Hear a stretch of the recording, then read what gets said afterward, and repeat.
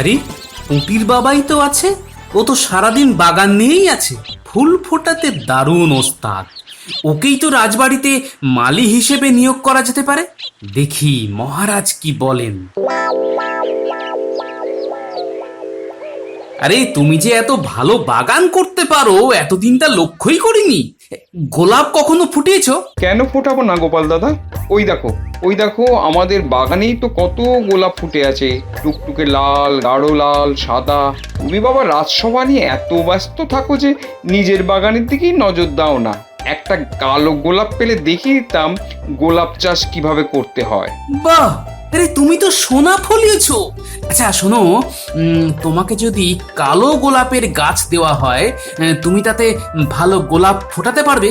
দাদু, বাবার ওপর ভরসা রাখতে পারো, এমন ফুল ফোটাবে না সবার চোখ জুড়িয়ে যাবে। আসলে নবাব আমাকে পাঠিয়েছেন একটা বিশেষ কারণে। আপনার ওপর প্রসন্ন হয়ে নবাব বাহাদুর আপনাকে একটা উপহার পাঠিয়েছেন। নবাব বাহাদুর এই কালো গোলাপ গাছের চারা আনিয়েছেন দিল্লি থেকে, শুধুমাত্র আপনার জন্যে। এখন আপনার কাজ এই গাছে ফুল ফোটানো। ফুল ফুটলেই নবাবকে সেই ফুল পাঠিয়ে দেবেন মহারাজ, আর নবাব বাহাদুর তো খুব খুশি হবেন। সেই ব্যাপারে আপনি নিশ্চিত থাকুন উজির মশাই, এই গাছে ফুল ফোটানোর জন্য আমি বিশেষ একজন মালি নিয়োগ করব। মহারাজের এই উদ্যোগের প্রশংসা করতেই হবে। মহারাজ, এই ব্যাপারে আমার একটা আর্জি ছিল। আসলে আমার জানাশোনা একজন ভালো মালি আছে, এই গোলাপের খুব পারদর্শী। হ্যাঁ, যদি বলেন তো তাকে ডাকতে পারি। হ্যাঁ। আহ ভগবান, তুমি চুপ করবে। এটা আমাদের ঘরোয়া আলোচনা, আর উজির মশাইয়ের সময় নেই তা শোনার। এ নিয়ে পরে কথা হবে। ঠিক ঠিক ঠিক, এখন চলুন, একান্তে আপনার সঙ্গে কিছু কথা বলেননি। নবাব কিছু কথা আপনাকে জানাতে চান। তাহলে আজকের মতো সভা মুলতবি করা হলো, কাল আবার দেখা হবে।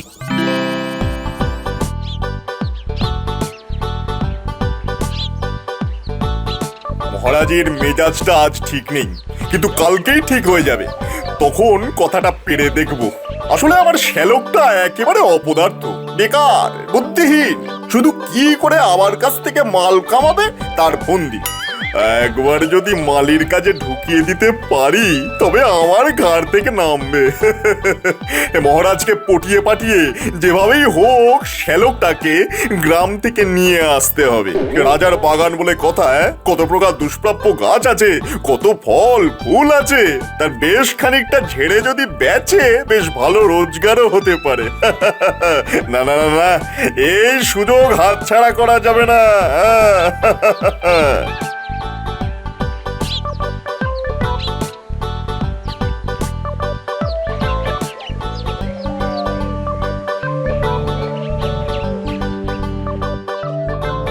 বেটা ভগবানের নিশ্চয়ই কোনো মতলব আছে, নইলে নবাবের দেওয়া গোলাপের দেখাশোনা করার জন্য কোনো মালি তার জানা আছে এমন তো কখনো শুনিনি। ও এমন একজনকে ঢোকাবে, সে আসলে একজন চোর। গোলাপের পাশাপাশি দুর্মূল্য গাছও পাচার করতে পারে। না, এর একটা বিহিত করতে হবে।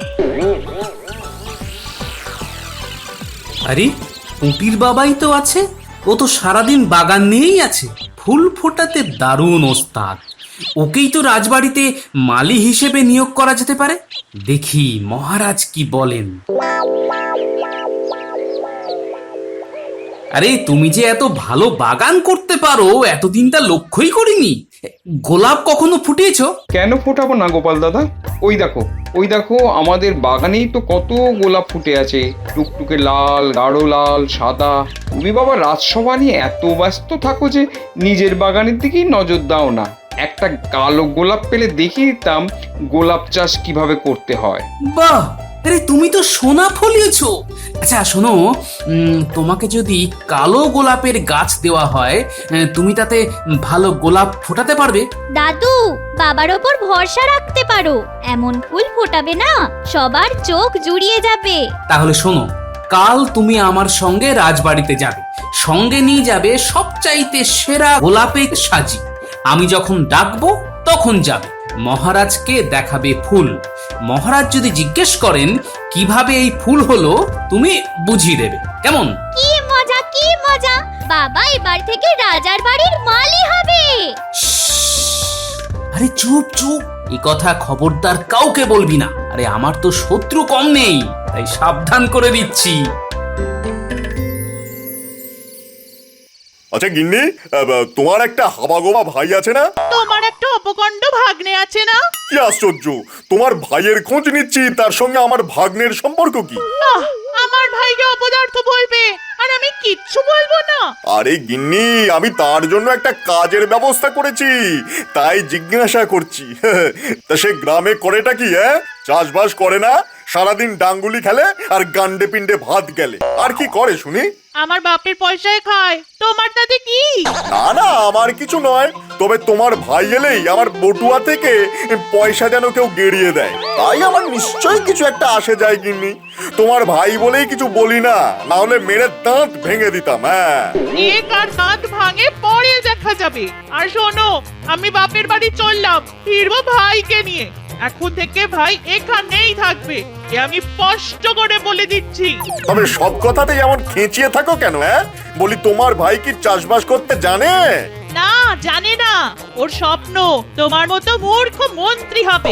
আবার ফুট কাটছো, আবার ফুট কাটছো। আরে যা বলছি তা মন দিয়ে শোনো। রাজবাড়িতে একজন মালি লাগবে, গোলাপ গাছে যে ফুল ফোটাতে পারে, বুঝেছো? ভাবছিলাম তোমার ভাইকে যদি সেখানে লাগিয়ে দেওয়া যায়, ভালো ভালো ফুল আর দামি দামি গাছ গেড়িয়ে দেবে, আর তুমি চুপি চুপি বেঁচে আসবে। ভালো পয়সা আসবে গো। মতলবটা ভালো বার করেছি না? ও, তোমার কি বুদ্ধি গো, আগে বলনি কেন? শোনো, আমরা ভোর রাতেই বেরিয়ে যাব। হ্যাঁ,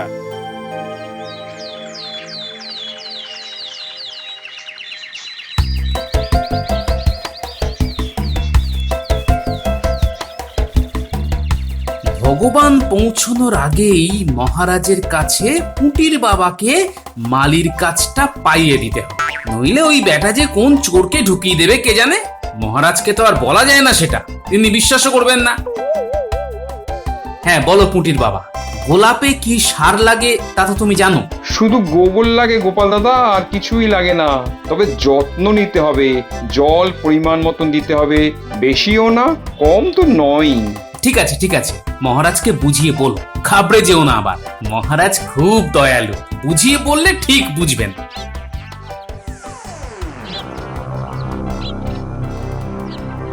কি ব্যাপার? গোপাল গোপাল পুঁটির বাবাকে নিয়ে এত সকাল সকাল রাজবাড়িতে যাচ্ছে? কোনোদিন তো ঠিক সময়ে আসে না। নিশ্চয়ই কোনো মতলব আছে। পুঁটির বাবাকে কি ওই মালির কাজটা পাইয়ে দিতে যাচ্ছে? যাই, ভগবানকে খবরটা দিয়ে আসি। দেখো, আমার মান রেখো, এটা কিন্তু কালো গোলাপ। নবাব বাহাদুর মহারাজকে উপহার পাঠিয়েছেন, ভালো ফুল ফোটাতে হবে, বুঝেছো? তোমার একটা ব্যবস্থা করে দিতে পারলে তবেই আমার শান্তি। তোমাদের জন্য তার কিছুই রেখে যেতে পারলাম না।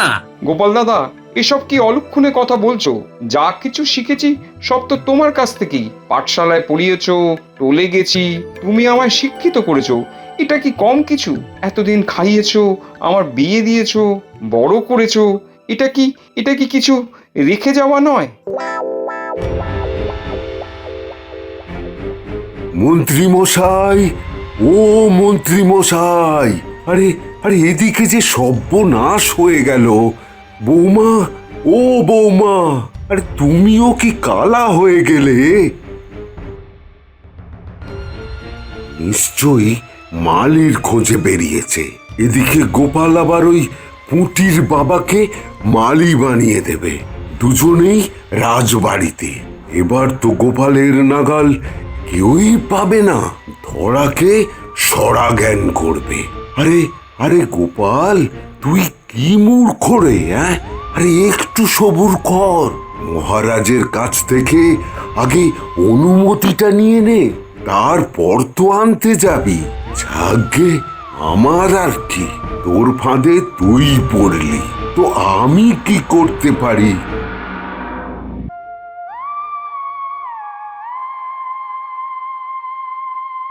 মহারাজ, আমার একটা আর্জি ছিল, যদি অনুমতি দেন তো পেশ করতে পারি। বেশ বেশ, কি তোমার আর্জি তা শোনাও।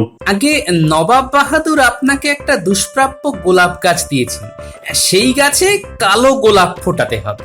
তা পুটির বাবা নানা রঙের গোলাপ ফুটিয়েছে নিজের বাগানে, যদি অনুমতি দেন তো তাকে ডাকতে পারি। নিশ্চয়ই নিশ্চয়ই, তাকে এখানে সত্তর নিয়ে এসো। মহারাজ, কাল কিন্তু মন্ত্রী ভগবান একজন মালির কথা বলে রেখেছিল। তার প্রার্থীকে বাদ দিয়ে গোপালের প্রার্থীকে ডাকা কি ঠিক হবে? ঠিক আছে, আমি দুজনকে পরীক্ষা করে ঠিক করব কে এই কাজের জন্য উপযুক্ত। গোপাল, তোমার লোককে ডাকো। কিন্তু ভগবান কোথায়? মনে হয় মালি খুঁজতে বেরিয়েছে, আসতে দেরি হবে।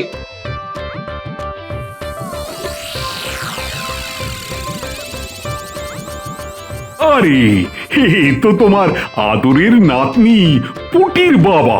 তা ও কবে থেকে গোলাপ চাষ শিখলো? নিজে নিজেই মহারাজ, বাগান করা ওর খুব শখ, বিশেষ করে গোলাপ। তা পুটির বাবা, বলছি তোমাকে একটু অপেক্ষা করতে হবে যে, মানে আমাদের মন্ত্রী মশাই যদি এক্ষুনি আসে তো ভালো, নইলে তোমার চাকরি হয়ে গেছে বলে ধরে নাও। মহারাজ, আমি কারোর চাকরির সুপারিশ করতে আসিনি, এসেছি এমন গোলাপ নবাবকে উপহার দিতে যাতে তিনি সন্তুষ্ট হন। পুটির বাবা গোলাপ ফুটিয়েই বিদায় নেবে। কে বিদায় নেবে আর কে নয় তার সিদ্ধান্ত কি তুমি নেবে না আমি?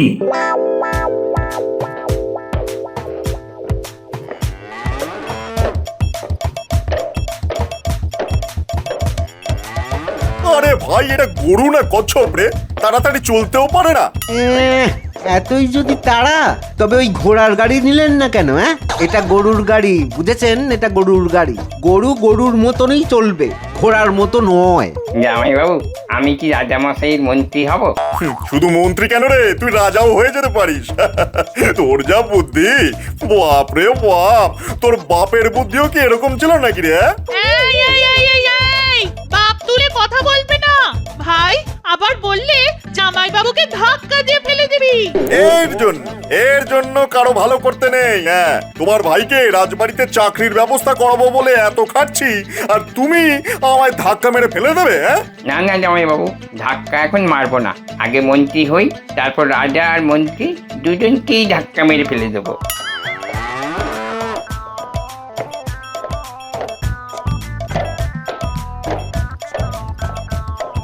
না বই তো, আর অপেক্ষা করা যাবে না। আর পুটির বাবাকেই বা আটকে রাখা কেন? আরে, ওর তো কাজকর্ম আছে নাকি?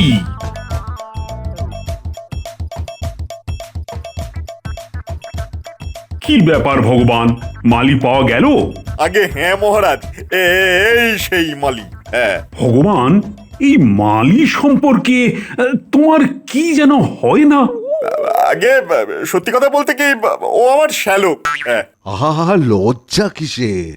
নিশ্চয়ই নিশ্চয়ই, রাজবাড়ি সবার জন্য উন্মুক্ত, কিন্তু আমি পরীক্ষা নেব, আর যে উত্তীর্ণ করবে সেই পাবে গোলাপ চাষের সুযোগ। তাহা তোমার এই শ্যালক রত্নটির নাম কি? আমি বলছি মহারাজ, আমার অনেক নাম।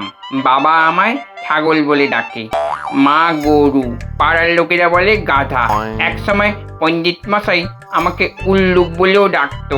ব্যাস ব্যাস ব্যাস, আর দরকার নেই। তা তুমি কখনো গোলাপ গাছ দেখেছো? কি বলছেন মহারাজ, গোলাপ গাছে উঠে কত কত দোল খেয়েছি।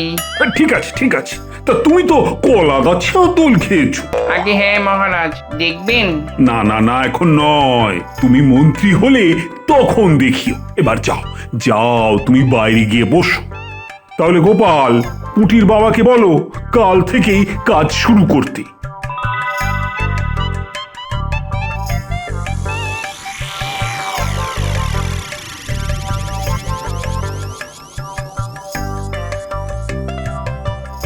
একটা শ্যালক জুটেছিল বটে আমার কপালে। তা যা বলেছেন জামাইবাবু, আজ কেমন মহারাজকে দিলুম, খুশি হয়েছেন না? আর একটু খুশি হলেই না তোকে শুলে চড়িয়ে দিতেন। তোর বাবা তোকে কোথা থেকে নিয়ে এসেছিল রে? এই আবার বাবা তুলে কথা বলছো?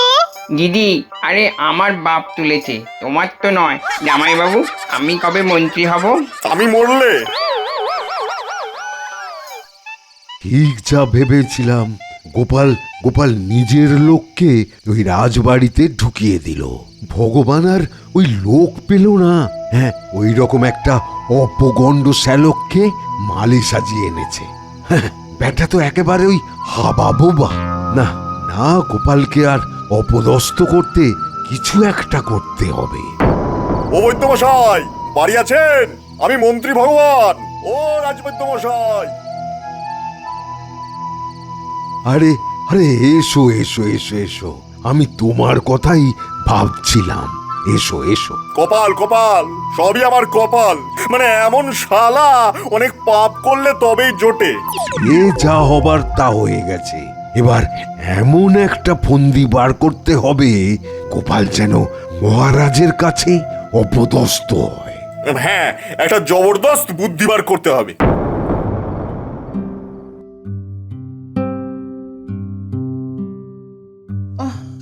ওগো ওগো, আমার মাথায় খুব যন্ত্রণা করছে। হ্যাঁ, এই এই তুমি একটু তাড়াতাড়ি এসো, বুঝলে? হ্যাঁ, ওহ, আমার মাথায় খুব যন্ত্রণা করছে গো। হ্যাঁ, ও ও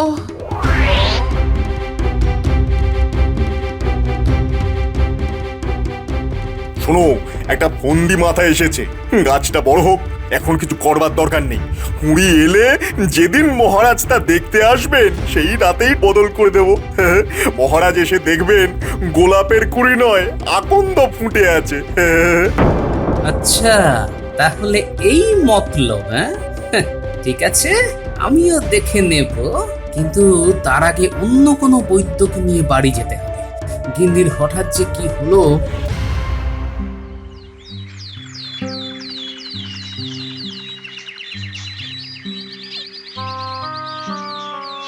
কি হে, বাঁদরের মতো লাফালাফি করছো কেন? গোলাপের কুড়ি ফুটেছে, মহারাজ নিশ্চয়ই খুশি হবেন।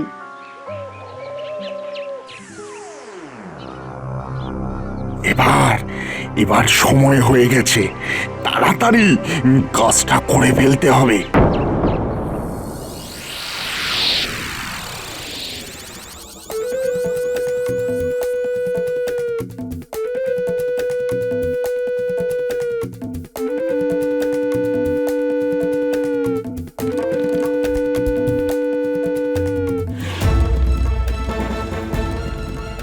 পেয়েছি পেয়েছি পেয়েছি, মন্ত্রী যেমন বলেছিল ঠিক তেমনই পেয়েছি। এই তো সেই গাছ।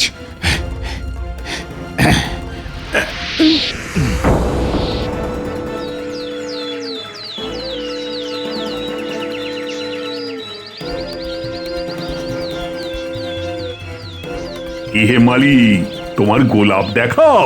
এদিকে আসুন মহারাজ।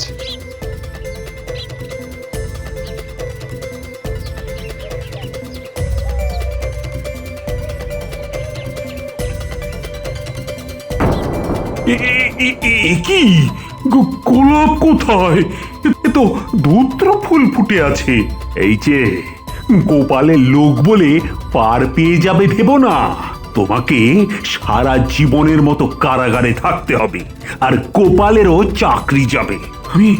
আমি অপমান সইতে পারবো না। নবাবকে আমি মুখ দেখাবো কি করে? দেখো, কাল সকালের মধ্যে যদি গোলাপ গাছ না পাই, তবে সবার সামনে তোমায় 100 বার কান ধরে ওঠবোস করাবো। সঙ্গে গোপালকেও করতে হবে, ওর উমেদারি বন্ধ করা উচিত। কালকের মধ্যে যদি গোলাপ না ফোটে, তবে রাজা মশাই যে শাস্তি দেবে মাথা নিচু করে মেনে নেব। অন্যায়ের শাস্তি তো পেতেই হবে মহারাজ। এবার কি হবে? মহারাজ যে আমায় কারাগারে পুরবে। তুমি এত ভয় পাচ্ছ কেন বাবা? দাদু নিশ্চয়ই কিছু ব্যবস্থা করে রেখেছে। আরে আমি আছি তো, চিন্তা কিসে?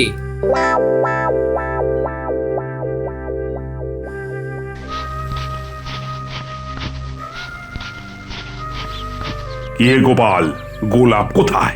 ওই দেখুন কেমন ফুল ফুটেছে, বাকি কুঁড়িগুলি দেখুন ফোটার অপেক্ষায় আছে।